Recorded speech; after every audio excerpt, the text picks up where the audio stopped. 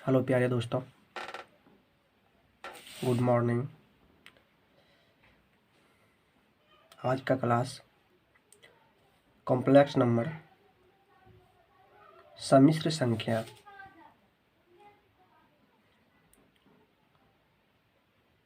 से कौन कौन संख्या बनती है और उन संख्याओं से कौन कौन संख्या निकल के आती है, इनके बारे में हम लोग जानेंगे। जैसा आप देख रहे हैं, कॉम्प्लेक्स नंबर से दो संख्या निकल के आती है, एक वास्तविक संख्या और दूसरी काल्पनिक संख्या। वास्तविक संख्या को इंग्लिश में रियल नंबर और काल्पनिक संख्या के इंग्लिश में इमेजिनरी नंबर कहते हैं। अब बात आता होगा कि वास्तविक संख्या क्या होती है।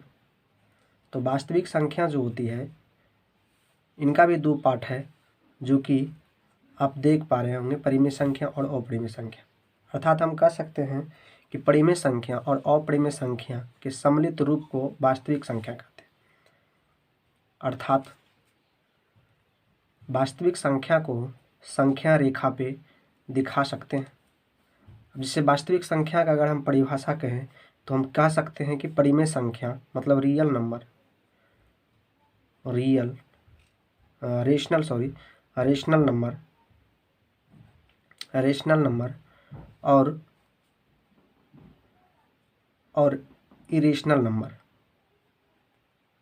नंबर और इरेशनल नंबर के सम्मिलित रूप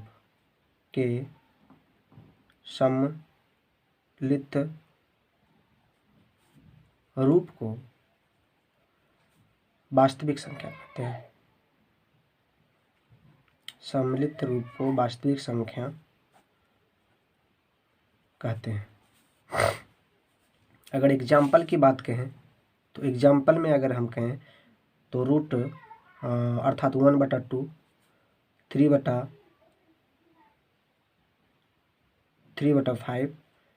2/5 या √2, √3 etc. ये संख्या को हम लोग संख्या रेखा पे दर्शा सकते हैं और यही वास्तविक संख्या कहलाती है। अब बात आता है परिमेय संख्या। समझ पा रहे होंगे, परिमेय संख्या जो होता है जिसे हम p/q के रूप में लिख सकते हैं। p/q के टर्म में या रूप में व्यक्त किया जाए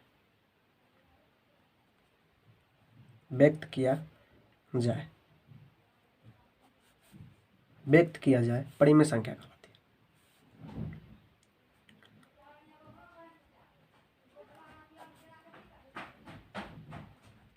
परिमेय संख्या कहलाती है। एग्जाम्पल अगर हम ले तो एग्जाम्पल में हम कहेंगे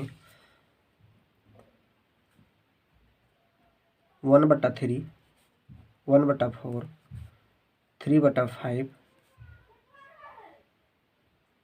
13/19, ये सब क्या है? परिमेय संख्या है।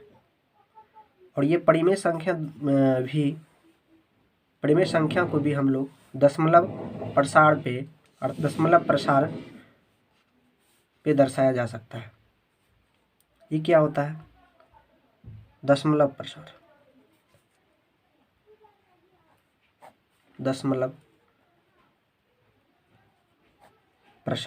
दशमलव प्रकार दो प्रकार का होता है। एक होता है शांत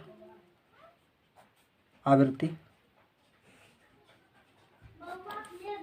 और दूसरा होता है अशांत आवृत्ति।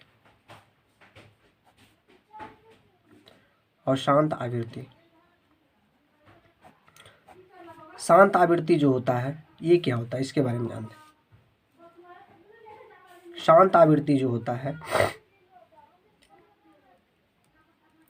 शांत आवृत्ति जैसे 2/5 या 1/4,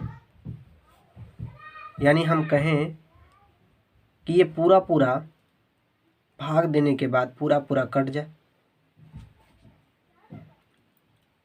तो ये शांत आवृत्ति कहलाएगा। जैसे 2 से अगर 5 से हम भाग देते हैं 2 में, 5 से हम 2 में भाग तो नहीं लग रहा, लेकिन भाग देने के लिए यहाँ 0 बैठेंगे तो यहाँ दशमलव बैठ जाएगा, तो यहाँ खाएगा 20 4 बार में।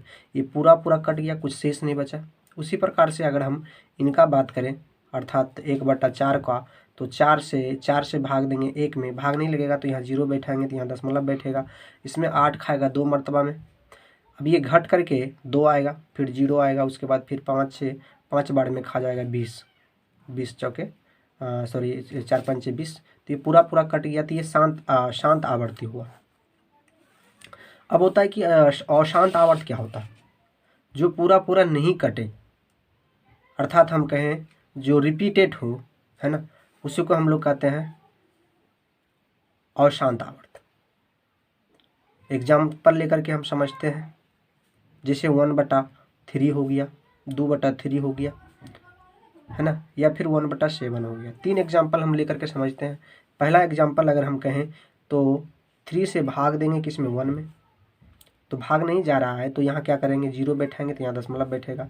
इस 3 खाएगा, 3 नहीं तो 9 खाएगा, कितना बार में, 3 मरतबा में। घट करके 1 आया, फिर देखो फिर 0 आ रहा है, अर्थात हम कह सकते हैं रिपीटेड संख्या हो रहा है। मतलब ऐसा आ सकता है 3 3 3 3, ऐसा ये चलते रहेगा। जब ये चलते रहता है तो इसी को हम क्या लिख सकते हैं, इसको लिख सकते हैं 3 के ऊपर बार।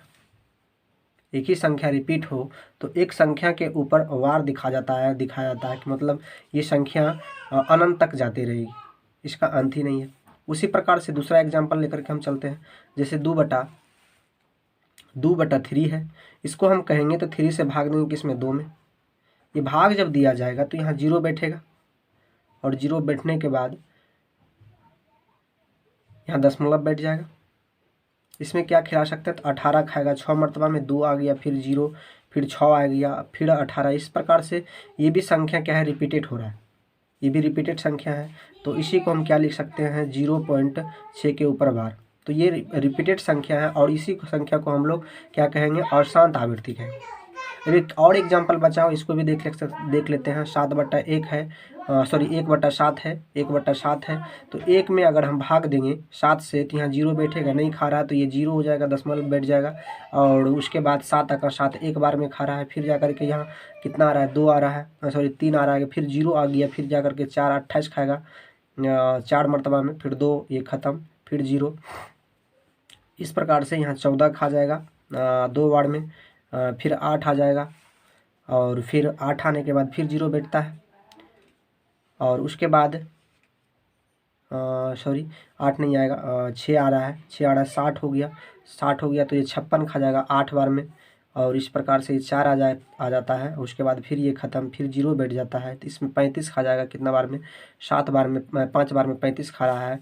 और इस प्रकार से ये निकल के आ रहा है कितना, 5, ये ख़त्म, फिर 0, और उसके बाद यहाँ 49 खा जाएगा कितना बार में, 7 मरतबा में 49 खाएगा। और ये देखो तो फिर रिपीट 1 आ रहा है, 1 से स्टार्ट हुआ था, फिर 1 रिपीट आ रहा है, फिर पुनः यही संख्या रिपीटेड होगा, 1 4 मतलब 1 4 2 8 5 7, सेम संख्या रिपीट होगा दशमलव के बाद, मतलब 7 के बाद। इसीलिए करके इस पे क्या हम लिख सकते हैं, इसको लिख सकते हैं कि ये 0.142857 के ऊपर बार, ये रिपीटेड संख्या है। और यही संख्या क्या कहलाता है, अशांत आवर्ती कहलाता है।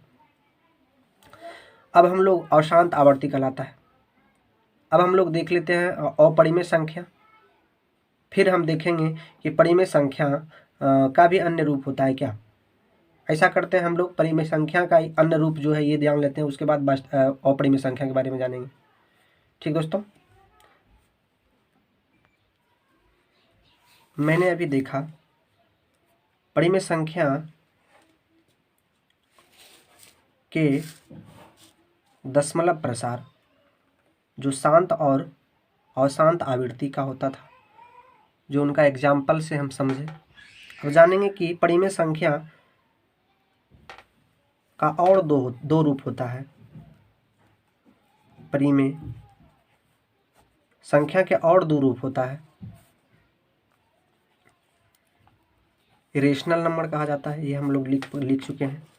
ये परिमेय संख्या का 2 रूप जो होता है, ये कौन कौन होता है, तो ये 2 रूप जो होता है, एक होता है भिन्न, इसको फ्रैक्शन कहा जाता है,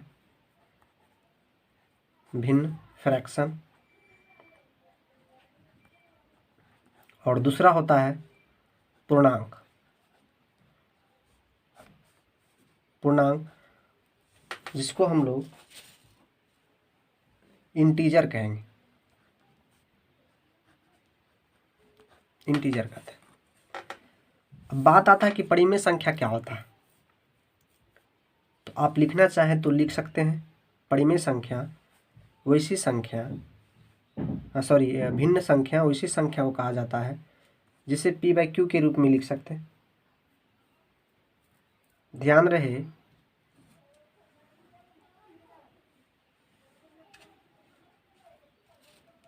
कि भिन्न का अंश जो है हमेशा हर से क्या होगा, छोटा होगा। यानी अंश भिन्न जो है, भिन्न बराबर होता है अंश बटा हर। हर हमेशा छोटा, अंश हमेशा क्या होगा, छोटा होगा। अंश हमेशा क्या होगा, छोटा होगा। किससे? हर से। हर से हमेशा ये छोटा होगा, ये केस है। एग्जाम्पल अगर कहें तो 1/3, 2/5, 3/5, 4/7। जैसा आप देख पा रहे हैं कि हमेशा देखो हर क्या है, बड़ा है। हर क्या है, बड़ा है। अंश क्या है, छोटा है। अर्थात ये भी हम कर सकते हैं कि ये जो है अंश का मान, अर्थात भिन्न को सोल्व करने के बाद हमेशा ध्यान देना है कि 0 से 1 के बीच में इसका मान आ सकता है। किसका मान आ सकता है? भिन्न का। जब हम सोल्व करेंगे तो ये अंश बटा हर को जब हम सोल्व करेंगे, अर्थात सोल्व करेंगे, तो ये 0 और 1 के बीच में आएगा।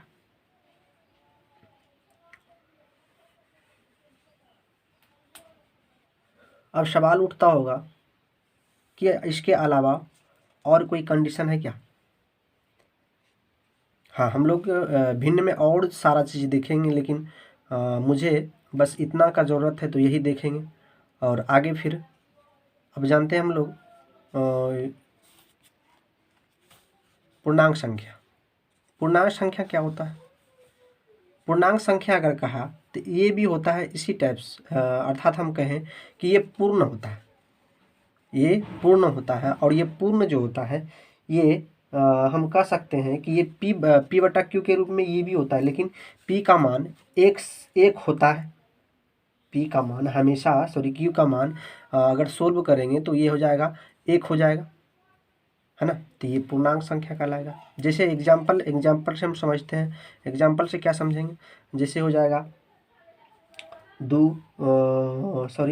ये -3, -2, -1, है ना, 0, उसके बाद 1, 2, 3, 4, इस तरह से चलते रहेगा। जैसा आप देख पा रहे हैं कि ये जो है, ये जो दिख रहा है, ये हम कह सकते हैं कि ऋणात्मक अर्थात निगेटिव पूर्णांक निगेटिव इंटीजर होगा, और यहाँ से यहाँ तक पॉजिटिव इंटीजर कहलाएगा। और शून्य जो होता है इसको हम लोग जीरो इंटीजर कहते हैं। इसको हम लोग क्या कहते हैं? Zero integer. तो हम देख रहे हैं कि ये यहाँ से भी पूर्णांक जो निकल के आ गया 2 प्रकार का। पूर्णांक मेरा 3 प्रकार का निकल के आ गया। कौन कौन? पहला जो हम कहें तो पहला हम कह सकते हैं कि ये ऋणात्मक, या हाँ ऋणात्मक ले लो, ऋणात्मक पूर्णांक, ऋणात्मक पूर्णांक। और दूसरा जीरो पूर्णांक, शून्य जिसको कह सकते हैं, जीरो पूर्णांक। और उसके बाद थर्ड नंबर आ गया धनात्मक पूर्णांक, धनात्मक पूर्णांक। इंग्लिश में अभी तुरंत हम लोग देखे थे, इसको कहे थे निगेटिव इंटीजर, जीरो इंटीजर और धनात्मक इंटीजर, अर्थात पॉजिटिव इंटीजर। अब जैसे हम इसको कह सकते हैं कि एग्जाम्पल जैसे यहाँ दिया हुआ है, तो ये इधर की संख्या को, धनात्मक जो है ये धनात्मक है, ये धनात्मक संख्या को देखो और कुछ नाम से हम जान सकते हैं। जीरो के बाद की संख्या, जीरो के बाद की संख्या 1 2 3 4 5, अर्थात ये क्या संख्या, कौन संख्या कहलाएगी? इसी को तो हम कहते हैं प्राकृत संख्या, नेचुरल नंबर। प्राकृत संख्या, नेचुरल नंबर, इसी को कहा जाता है। अब बात आता होगा कि अगर शून्य और प्राकृत संख्या को मिला दिया जाए, शून्य में अगर प्राकृत संख्या को मिला दिया जाए तो ये मेरा संख्या बन के आता है पूर्ण संख्या। पूर्ण संख्या। अब दिमाग में ये आता होगा कि ये पूर्ण प्राकृत संख्या,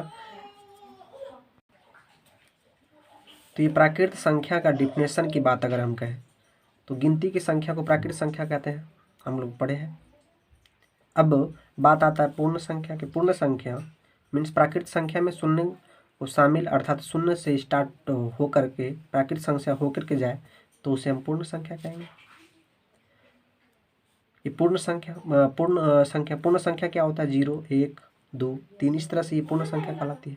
लेकिन अगर यही पूर्ण संख्या के साथ अगर ये पूर्ण संख्या के साथ अगर ये ऋणात्मक पार्ट, अर्थात हम कह सकते हैं निगेटिव इंटीजर को शामिल कर दिया जाए तो यही तो पूर्णांक संख्या होता है।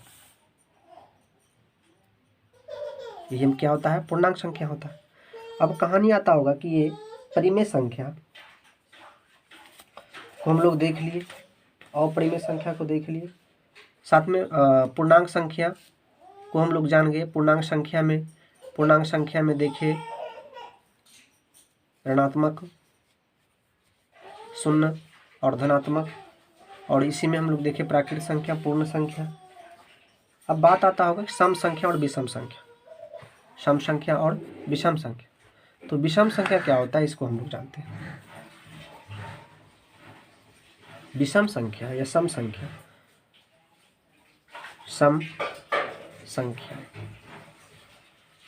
इसको हम लोग कहते हैं इवन नंबर।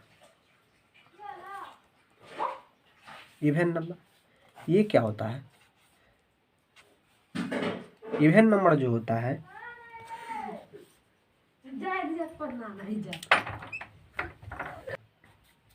सम संख्या जो होता है वैसी संख्या जिसमें 2 से पूरा भाग लगे या वो संख्या 2 से विभाजित हो, सम संख्या कहलाती है। एग्जाम्पल अगर कहे 2, 4, 6, 8, 10, ये सब संख्या 2 से पूर्णतः विभाजित हो जाता है और यही संख्या जो है कौन संख्या कहलाएगी? सम संख्या कहलाएगी। अब हम विषम संख्या को समझें।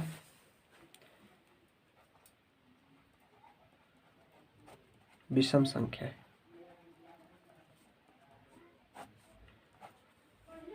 जिसको ऑड नंबर कहा जाता है, ये क्या होता है? सम संख्या का बिल्कुल अपोजिट अर्थात विपरीत होता है। इसमें 2 से भाग लगता है, इसमें 2 से भाग नहीं लगता, उसे विषम संख्या कहते हैं। जैसे 3, 5, 7, 9, 11, इस तरह से ये सब में 2 से भाग नहीं लगेगा पूरा, उसी को हम विषम संख्या कहते हैं। डिफिनेशन की बात अगर हम कहें तो वैसी संख्या जिसमें 2 से पूरा भाग नहीं लगे उसे हम लोग विषम संख्या कहते हैं। अब बात आता है कि सम संख्या और विषम संख्या में और संख्या इंक्लूड है, अर्थात हम कहें प्राकृत संख्या में और संख्या इंक्लूड है, उसको कौन सी संख्या कहती हैं? जैसे कहें 3 में 1 और अपने आप से भाग लगता है, ये कौन संख्या कहलाती है? तो इसी के बारे में हम लोग चर्चा करेंगे। इसको हम लोग कहते हैं अभाज्य संख्या। अभाज्य संख्या। अभाज्य संख्या को हम लोग एक और नाम से जानते हैं जिसको कहते हैं रूढ़ संख्या। रूढ़ संख्या। अगर इंग्लिश की बात कहा जाए तो ये होता है प्राइम नंबर। इसको क्या कहते हैं? Prime number. अगर डिफिनेशन की बात की जाए तो डिफिनेशन हम लोग इस प्रकार से लिख सकते हैं कि वैसी संख्या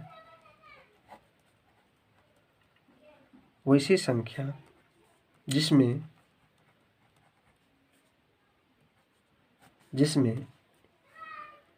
एक और स्वयं से भाग लगे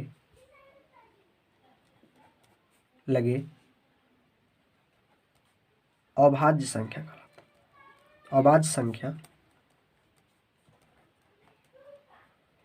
संख्या कहलाती है। अभाज्य संख्या कहलाती है। एग्जाम्पल के तौर पे अगर हम देखें तो एग्जाम्पल में लिख सकते हैं। एग्जाम्पल 2, 3, 5, 7, 11, 13, 17, इस तरह से ये सब अभाज्य संख्या है। अब बात आता है कि अभाज्य संख्या जो होता है, क्या दो में और कोई संख्या से भाग लगता है क्या? नहीं। देख के देखो, 1 से भाग लेगा, नहीं तो 2 से भाग लेगा। मतलब अपने आप से और 1 से और स्वयं से, स्वयं मतलब अपने आप से। किसी भी संख्या को आप चेक कर सकते हैं। जैसे 7 को 1 से भाग लेगा और 7 से भाग लेगा और किसी संख्या से भागने लगेगा। इसी संख्या को हम लोग अभाज्य संख्या कहते हैं। अब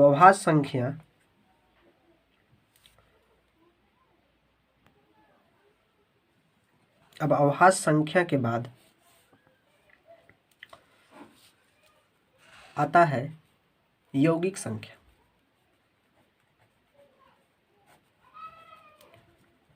यौगिक संख्या या इसी को कहते हैं भाज्य संख्या। डिफिनेशन की अगर चर्चा करें तो डिफिनेशन हम लोग जिस तरह से अभाज्य संख्या का दिए थे उसी प्रकार से, अंतर सिर्फ होता है इसमें एक और स्वयं के अलावे अन्य संख्या से भी भाग लगता है, अभाज्य संख्या कहलाता है। तो लिख सकते हैं वैसी संख्या जिसमें एक और स्वयं के अलावे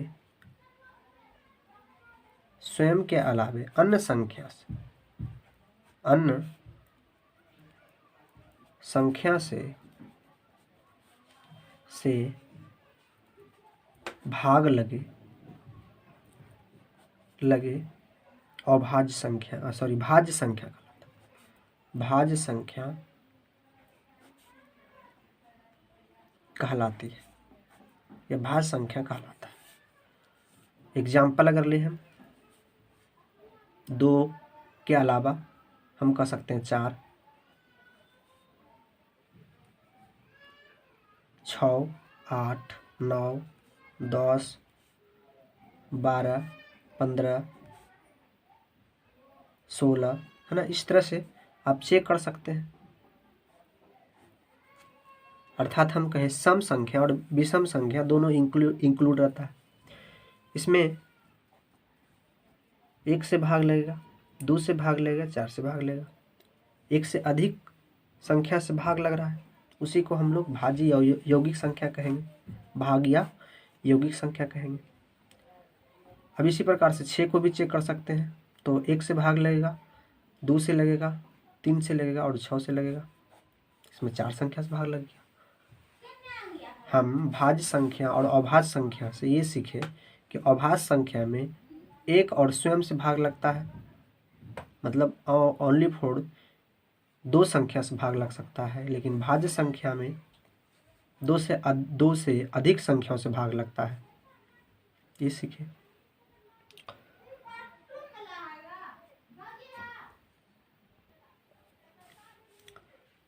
परिमेय संख्या को देखेंगे, अपरिमेय संख्या को देखेंगे, इरेशनल नंबर। इसे p/q के रूप में नहीं लिख सकते, p/q के रूप में नहीं लिखा जा सकता है,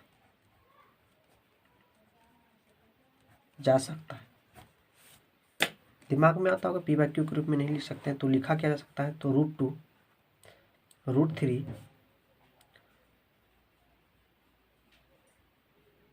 √5 etc।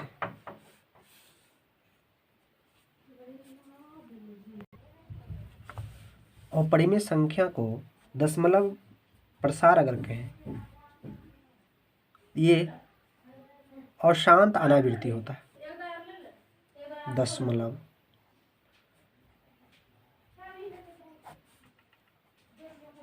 प्रसार कैसा होता है? अशांत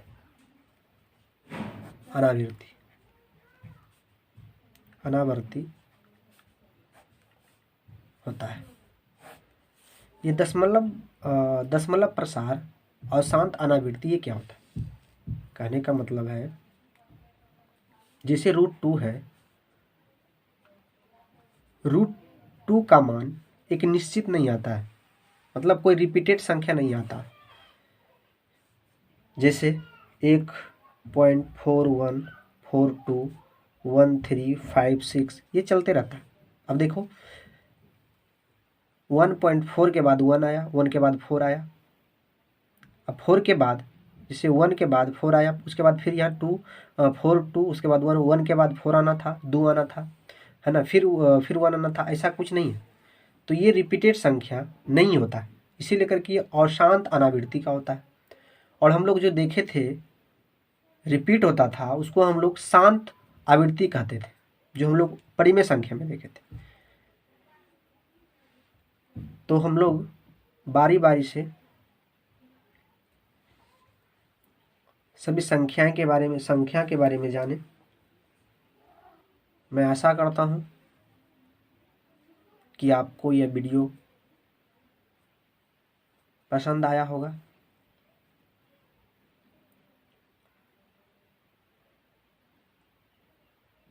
तो वीडियो को शेयर और लाइक करें।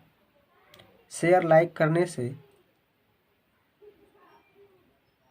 एक टीचर का उत्साह अर्थात कहें ऊर्जा मिलती है और अन्य तरह तरह का वीडियो बनाकर आप लोगों के सामने पेश करते हैं। तो थैंक यू। नेक्स्ट वीडियो में हम लोग मिलेंगे।